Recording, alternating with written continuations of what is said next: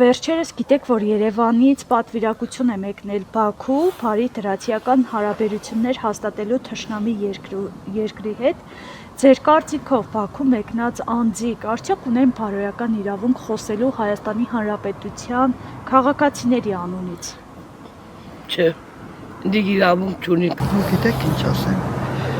էսի այնպես է հարցը, որ բարի լավ բան չի եղնի։ Թուրքը մնում է թուրք։ Սրանք ինչ-որ նպատակ ունեն, էլի բան ունեն ստեղից պոգելու մաս, կամաց է դառնում։ Մեր վարչապետը տալիս է։ Վաղուց արդեն մենք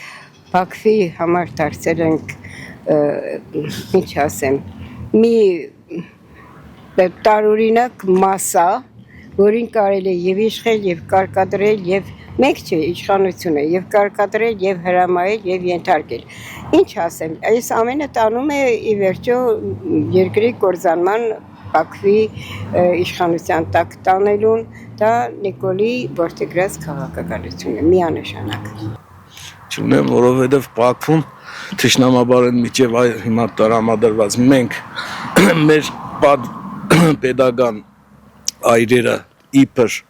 խաղաղություն են մուրում, բայց Բաքվում նույն ժամանակ հայ սպայն կազմահարած Սաֆարովին պահերոս ասում են պաշտոն են տալիս ու դա չեն թաքցնում։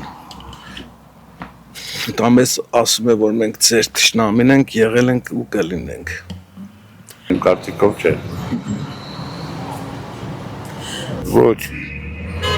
Ոչ մի բարոյական իրավունք չունեն իրանք։ Չէ, իրավունք չունեն։ Եթե չեն կարող ասեմ։ Չէ, կարծիք չունեն։ Երևի թե չէ։ Բաքուն կյանքում չավադած բան է, մեզ այդ բարի եղնի, որովհետև այդ կամ մարդուն գերիները միջև մենտեղ են, չաչված բան է, ժողովուրդը միջև հիմի վախեցած պայմդած կաբրին, Ղարաբաղն է տվեցին բանին, Թուրքիային հիմի նոր պետք է դոն կամ մեծ այդ բարի եղնին, ես չեմ հավատա։ Ալիևն են կամ մունդար մարդը, որ Ալիևի հեշ մարդը չի հավատա, Իրան ուզած է տենե, ինչով ուզենա տենե։